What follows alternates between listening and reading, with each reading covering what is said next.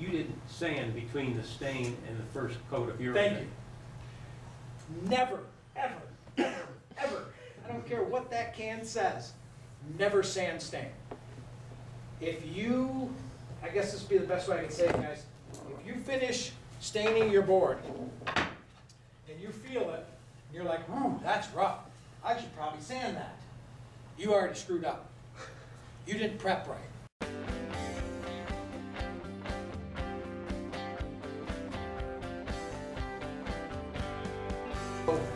Scott and I are both brush snobs.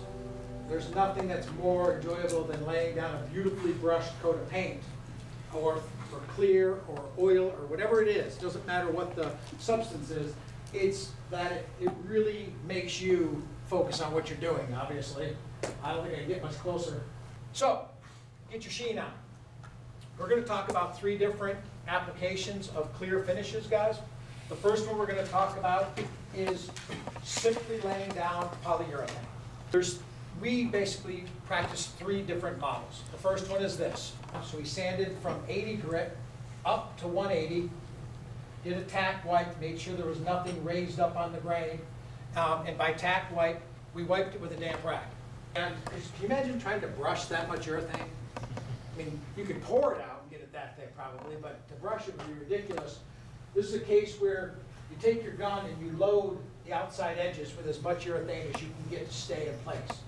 Because that's kind of a good way to figure out what your gauge is for whether it's going to start to sag or fat lip your edges. Then once we got our edges where we wanted, basically it was just filling in the lines. So we ran with a number 2 tip, and we opened up our fan here on our artisan valve so we get it nice and wide so we could do a full 50% overlap. So as we spray here, we're spraying here. It just kept working our way across. A lot of guys, when I teach guys to spray, they get caught up in what's I call tracking. They see these joint lines, and they think they have to spray inside those, like they're actually spraying individual pieces of wood. You got to get them to stop looking at the pieces of the top and look at the whole surface. To spray like this, guys, you're going to want your temperature with water-based about 55 degrees in the room. With water-based urethanes, it's a whole different laydown than the oils. Where oils you could spray at 8 o'clock on Monday morning, and at 8 o'clock Tuesday morning, it's still wet. And it might still be wet 8 o'clock Wednesday morning too. So we got away from that and went to waterbornes because those 3 days are open windows for contamination. If we sprayed oil that much, we wouldn't go back in that building for 3 days. We sprayed this heavy and 4 hours later sanded it. So this was sanded to 180. We sprayed this heavy, let it lay down, went back with 240 grit on a sander this size. One of the things that is different than oils, guys, is water-based urethanes, the sheen builds from the bottom up. So it dries underneath and cures to the surface, whereas our oils dry from the top down. So as soon as that thing starts drying, you see what's going on. This is 3 coats, sprayed one right after another. It looked like this when we started. That's literally how yucky it was when we got it. And this stuff it's rough. I mean, there's no smoothness to this. Sanded it and just started blasting urethane onto it. But if you looked at this thing when it was wet, you'd have thrown it away. But you got to trust it. It's different than oils for sure. Super hard finish, really nice to work with, and you can simply put a sander right on it, sand right back off, spray on top of it again, and just keep building. It will not cloud on. So that was a simple case of just laying down some urethane, guys. The steps are all the same. Sand it well, make sure it's dust free, and make sure you can control your environment you're going to do this in. I would never spray that heavy on a job site. I wouldn't be able to control the environment that needed to cure in. And somebody would walk by carrying like a bag of sawdust or something. You know it's going to happen. As soon as you pull that trigger, somebody's going to have their vacuum explode or something. You know, it's the only time it happens is when you got wet urethane. How about temperature? Temperature's huge. To keep it in a real easy guide, 50 to 70. is your spray temps. Wait a minimum of an hour before you turn the heat up. And the closer to 50 you can be, then, I mean, Yeah. I don't think we spray over 60 degrees in our shop. So from here to here, you gotta get all your control right. You got about 8 inches to figure everything out right here. So everything leading up to it better be dead on, you know, if you're gonna get into that. The reason the temperature is important, when you're at this stage right here, this is so wet and so thick. The cooler it is, the longer that will stay wet. And we want it to stay longer because, stay wet longer because we've controlled the environment. We're not gonna get contamination because we're in the shop. So the longer that will stay wet, the smoother it will lay down. Your high gloss urethanes are far harder than a satin. It is a much harder surface once it's brushed out. So much like shellac, same thing. It makes a super hard surface. So we brushed out an entire coat of captain's varnish on this door merely to harden it. This is an exterior grade door.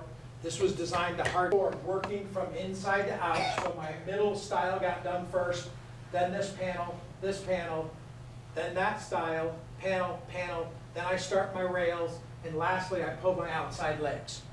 All right, so the second part of polys, guys, is dealing with stain. It's hard to control how fast the absorption rate is into the wood, so you can get what's considered blotchiness. This is a case where too much liquid stain on an improperly finished piece of wood made it look very shadowed. It's got a lot of pitting, it's got a lot of irregular colors in the grain. All the little checks in the grain grabbed the oil and everything else washed right off. When I said stain control, I mean a clear finish that goes on before you're stained. Oh, so toning. Okay. So that's toning. Toning, I call it stain control, but okay. Yep. So do you believe in that or you don't believe? Oh yeah, we just did the kitchen that had the fire damage, we just toned all of his trims. We find raised panel doors, especially in pine. Yes. Well, you don't know what you're gonna get till you put the stain on it, and all of a sudden you got stripes or spots. Oh yeah, yeah, it looks like a cheetah. Yeah. For that, we use like a bullseye shellac-based sanding sealer as the Okay, base. you do, yeah. We lay that in Okay. first, and then we bring our stain in on top of it. Like so a it wash actually- coat. What's that? Like a wash coat? Exactly. Yeah. Stain. This is a gel stain, it's a dark walnut on cherry. They wanted a little bit more color put into it. Sanded everything out nice and even. Don't have really much splotchiness in it, and it's a very grainy piece of wood. Once we get our stain on the piece of wood, this is when it's the most dangerous. All that first coat is for is to protect this stain. That's all you're doing. You are trapping that color so this does not get contaminated. Because once you get your color where you want, you need to control that situation now, because now you're just building your sheen on top of it. Yes, sir. At what point do you address the fastening of this cherry trim to the house around the windows? You know, where you place the nail in the context of the grain of the wood is very different compared to how you nail a paint grade. So once we've got the stain on, we've done our first clear coat, now we start filling nail holes. But basically what you're going to do is take it and smear it into your holes. And leave it a little bit proud to start off with. You're not going to sand it. Take some thinner. And this is the only time I recommend that you touch thinner. And all you're going to do is put it right on top of that dot that you just put the filler in and give it a simple thinner wipe. We're not always sure how deep those nail holes are.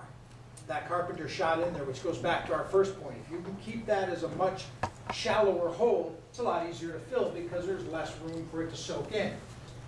And it's real simple. Just take your light and look to see if it creates any shadows. We'll have our guys just wear a headlamp and go around with a rag, with a thing of filler. Okay. Once you've done that, what I recommend you do after you've wiped it with thinner is go home and wash your hands. But after that, take a dry, clean rag, because what'll happen, I think you can see it here. You guys see across there? You see the smudge? That'll be a little halo of the excess that's getting wiped into that surface, and you don't want to leave that on there because much like a fingerprint, it's going to broadcast through when you finish it. Would you be more likely to use something like a Scotch-Brite on a profile Yes. piece? Yeah, you took the words out of my mouth. If it was profiled like some of this stuff, we would take a Scotch Brite and go in, just because you can manipulate it with your hand, and it's not so abrasive that it's gonna be likely to do the damage. So once you got that on, guys, you're just doing your top coat. You did a 240 sand in between, I think. you said, 240, right? yep. And much like Scott talked about in paint, put plenty on, don't be afraid of it. Put some poly on here, because this is your real building coat that's gonna basically protect your wood. So that gets all dry. Now, you're at a 320 grit. And that's super fine. Like Scott said before, I'm not all that comfortable taking this piece of cherry trim and going at it with this to sand out my urethane. I'd be much more comfortable with this. The reason why, it's gonna suck out the dust, because it does have ports that hook to my vacuum, and you just get the sandpaper that matches with the holes, and do it by hand. The reason why, if you're a contractor and you've got your guys going to this job and you've done all this work to get it ready, you might not trust them with a Rotex sander going after this.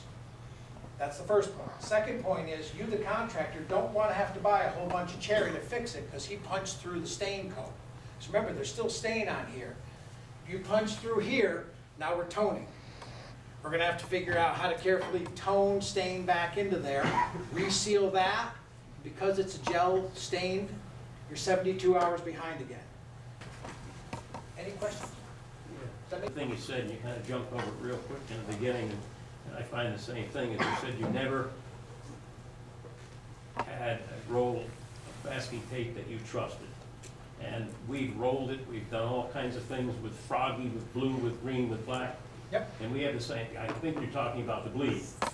So what do you do, and what have you guys come up with to try to get something that you can cut to? We don't don't use cut it for cutting. lines. We don't use tape for cutting.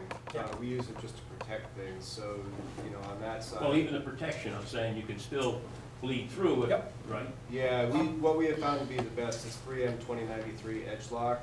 That's the one that we put through the most abuse, and it's actually. Do you impressed apply it us. with a roller after you put it on, or do you roll it? No, we put it on by hand, and then I will take another Knife. tape, put tape over your knife, and then rub it against, because your knife can recut the tape you're on. The most common place we use it on is glass on windows. So we tape up all our glass when we're gonna be staining mullions and everything, and we'll literally take the tape, What's the number, Scott? 2093. 2093 Edge Lock. Yeah, I think I have some right here. Oh, here it is. Yep, 2093.